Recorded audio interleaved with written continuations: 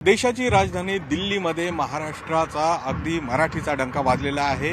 मराठी भाषेला अभिजात भाषेचा दर्जा मिळाल्यानंतर हे पहिलं अखिल भारतीय मराठी साहित्य संमेलन दिल्लीमध्ये होते। मात्र हे संमेलन ज्या ठिकाणी होते तो हा सगळा परिसर मी आपल्याला दाखवतोय। तालकटोरा मैदानाचा हा सगळा परिसर आहे आणि ती साहित्यिकांची मांदियाळी दिसते। अर्थातच दिल्ली जिंकण्यासाठी युद्धाने नाही तर प्रेमाने जिंकण्यासाठी ही सगळी मंडळी महाराष्ट्रातनं इथे आली। मात्र मी जसं म्हणालो की तालकटोरा मैदानाचीच निवड का केल्या गेली यामागचाही एक इतिहास आहे आणि तो इतिहास आपण जाणून घेऊया। खरं तर इथे ग्रंथदालन जे सगळ्यात लक्षवेधी आणि सगळ्यात महत्त्वाचं दालन या संमेलनातलं आहे, तिथली ही सगळी लगबग बघतोय।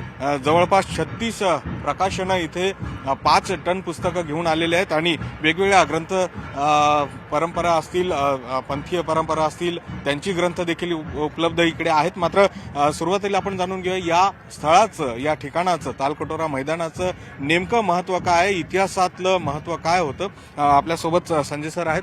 सर, न्यूज 18 लोकमतमध्ये स्वागत। खरं तर सगळ्यांना उत्सुकता आहे की तालकटोरा मैदानाचं का? महाराष्ट्र आणि दिल्ली याचं नातं जुनं असलं तरी महत्त्वाची गोष्ट अशी आहे की 1745 साली बाजीराव पेशव्याने मल्हारराव होळकर आणि राणोजी शिंदे यांना सोबत घेऊन दिल्लीवर स्वारी केली होती। त्यावेळेस त्यांचा जो तळ आहे तो तळ हा तालकटोरावर पडला होता। त्यामुळे पहिली ही इतिहासातील महत्त्वाची घटना होती की आपण दिल्लीवर स्वामित्व गाजवण्याच्या हेतूने जवळपास पहिलं पाऊल उचललं होतं। त्यानंतर खंडेराव होळकरांनी ज्यावेळेस दिल्लीवर सूरजमल जाटाने स्वारी केली, त्यावेळेस दिल्लीवर स्वारी केल्यानंतर त्याच्याशी बादशाहच्या सांगण्यावरून खंडेराव होळकरांनी, कारण दिल्लीच्या रक्षणाचा करार मराठ्यांनी केलेला होता, अहदनामा त्याला आपण म्हणतो, त्या अहदनाम्यानुसार खंडेराव होळकरने 4000 सेनेसहित 10,000च्या सेनेवर सूरजमल जाटाच्या तुटून पडला। सूरजमल जाट युद्धात पराभूत झाल्या, तालकटोरावरती युद्ध झालं आणि मग ते परत जे सुटले की खंडेराव होळकर पाठलाग करत करत पुढे जाटाच्या प्रदेशामध्ये घुसला। ही एक गोष्ट आहे।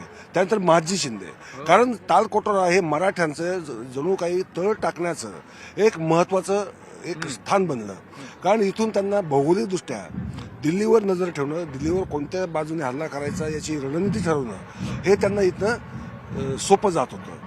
त्यामुळे तालकटोरा महत्त्वाचं स्थान त्या दृष्टीने आहेच, लष्करीदृष्ट्या रणनीतीच्या दृष्टीने महत्त्वाचं आहे। आणि आज आपलं साहित्य समाजाची जागा सुद्धा तीच काय ठरवली की एकेकाळी आपण शस्त्राच्या बळावर, तलवारीच्या बळावर राज्य करण्याचा महाराष्ट्रभर, आपण भारतभर मराठीशाही जी पसरली अटकेपासून कर्नाटकपर्यंत ती त्यामुळे पसरली। आता मात्र तो मध्यकाळ राहिलेला नाही आहे। आज साहित्य, संस्कृती, प्रेम म्हणजे तलवारीचं नव्हे तर लेखणीचं राज्य असलं पाहिजे ही भावना आहे। त्यामुळे संजय नारायणनी सुद्धा हे जे स्थळ, जे चित्रपट पुस्तक साहित्य महामंडळाने जे स्थळ निवडलं ते या दूरदृष्टीने निवडलं की हा मराठ्यांच्या तळ टाकण्याची जागा आहे। आज इथे साहित्याने तळ टाकलेला आहे आणि साहित्याच्या माध्यमातून भारतीय जनतेशी संवाद साधून एक हार्दिक संबंध कसे निर्माण होते हे आता सर्व मराठी साहित्यिकांनी सुद्धा पाहण्याची गरज आहे। हा त्यांना सुद्धा एक सूचक जाणीव देण्याचा प्रयत्न आहे अर्थात। आणि म्हणूनच हे संमेलन त्या अर्थाने देखील खूप महत्त्वाचं आहे। तलवारी नाही तर लेखणीनं आपल्याला हे दिल्ली जिंकायची आहे, दिल्लीचंही तख्त राखतो त्या अर्थाने। काय किती साहित्यिक आणि किती प्रकाशक इकडे आलेले आहेत आणि काय भावना आहे? साधारण 3-1 हजार लोक येतील असा अंदाज होता। मात्र आता आयोजकांच्या वतीनं संजय नहार यांनी काही मिनिटापूर्वी मला सांगितलं 5,000 लोक आतापर्यंत आलेले आहेत, त्यांची व्यवस्था करणं अवघड होऊन गेलेलं आहे आणि आणखीन एवढीच लोक पुढल्या काही मिनिटांमध्ये या ठिकाणी पोहोचतील। मराठी साहित्यावर दिल्लीमधली जी सगळी हिंदी भाषिक आहे ते प्रचंड प्रेम करतायत। जसं सरांनी सांगितलं की अगदी दालन उघडल्याबरोबर 8 पुस्तकं एका दिल्ली चपराकची विकली गेलेली आहेत आणि म्हणूनच आपण बघतो की हा सगळा जो परिसर आहे तो आता साहित्यिकाच्या मांदियाळींनी भरलेला आहे। आणि एकंदरीत जर बघितलं तर मराठीचा जागर करण्यासाठी म्हणून हे शेकडो साहित्यिक इथे आलेले आहेत। तळ ठोकलाय पण तो तलवारीने युद्ध करून नाहीतर लेखणीने जिंकण्यासाठी, म्हणून लेखणीने, साहित्याने दिल्ली जिंकण्याचे मनसुबे घेऊन हे सगळे साहित्यिक आलेले आहेत आणि अर्थातच याचा गर्व प्रत्येक मराठी माणसाला असल्याशिवाय राहणार नाही। गोविंद वाकडे, न्यूज 18 लोकमत, दिल्ली।